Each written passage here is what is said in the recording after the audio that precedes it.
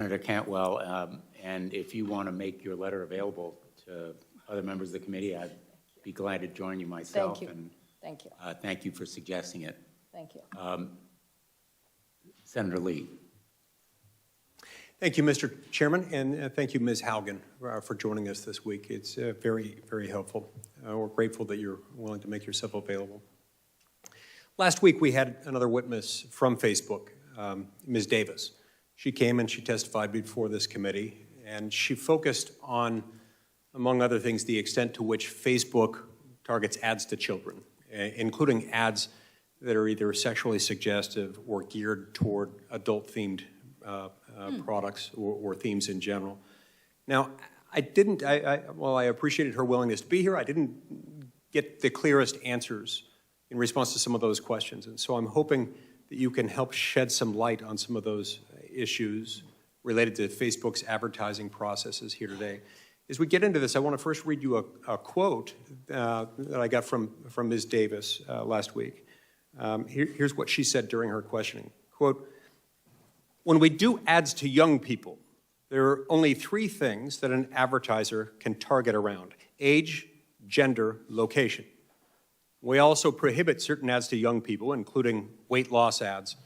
We don't allow tobacco ads at all, meaning to young people. We don't allow them to children.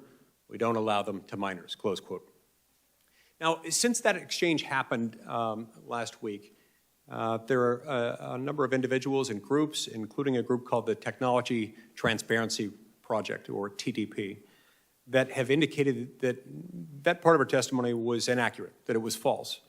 TTP noted that TTP had conducted an experiment just last month, and their goal was to run a series of ads that would be targeted to children ages 13 to 17 to users in the United States. Now, I want to emphasize that TTP didn't end up running these ads. They stopped them from being distributed to users. But Facebook did, in fact, approve them. And as I understand it, Facebook approved them for an audience of up to 9.1 million users, all of whom were teens. So I brought a few of these to show you today. This is the first one I wanted to showcase. This first one has a colorful graphic encouraging kids to, quote, "throw a Skittles party like no other," which, you know, as the graphic indicates, and as the slang jargon also independently suggests, this involves kids getting together randomly to abuse prescription drugs. The second graphic displays an anatip. That is, a tip specifically designed to encourage and promote anorexia. And it's on there. Now, the language, the anatip itself, independently promotes that. The ad also promotes it, insofar as it was suggesting these are images you ought to look at when you need motivation to be more anorexic, I guess you could say. Now, the third one invites children to find their partner online and to make a love connection.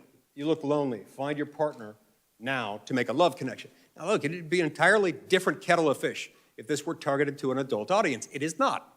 It's targeted to 13 to 17-year-olds. Now, obviously, I don't support, and TDP does not support these messages, particularly when targeted to impressionable children. And again, just to be clear, TDP did not end up pushing the ads out after receiving Facebook's approval. But it did, in fact, receive Facebook's approval. So I think this says something. One could argue that it proves that Facebook is allowing and perhaps facilitating the targeting of harmful adult-themed ads to our nation's children.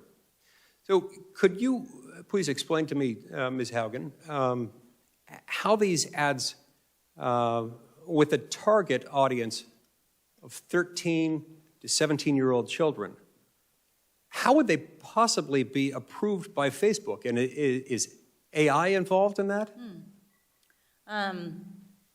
I did not work directly on the ad approval system. What was resonant for me about your testimony is Facebook has a deep focus on scale. So scale is, can we do things very cheaply for a huge number of people, which is part of why they rely on AI so much. It is very possible that none of those ads were seen by a human. And the reality is that we've seen from repeated documents within my disclosures is that Facebook's AI systems only catch a very tiny minority of offending content. And best case scenario, in the case of something like hate speech, at most they will ever get 10 to 20%. In the case of children, that means drug paraphernalia ads like that.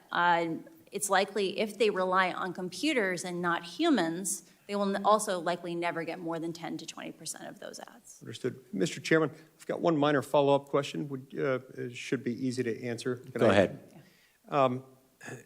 So while Facebook may claim that it only targets ads based on age, gender, and location, even though these things seem to counteract that, but let's set that aside for a minute, and that they're not basing ads based on specific interest categories. Does Facebook still collect interest category data on teenagers, even if they aren't at that moment targeting ads at teens based on those interest categories?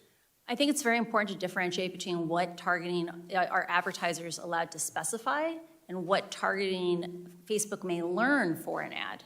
Let's imagine you had some text on an ad. It would likely extract out features that it thought was relevant for that ad. For example, in the case of something about partying, it would learn partying is a concept.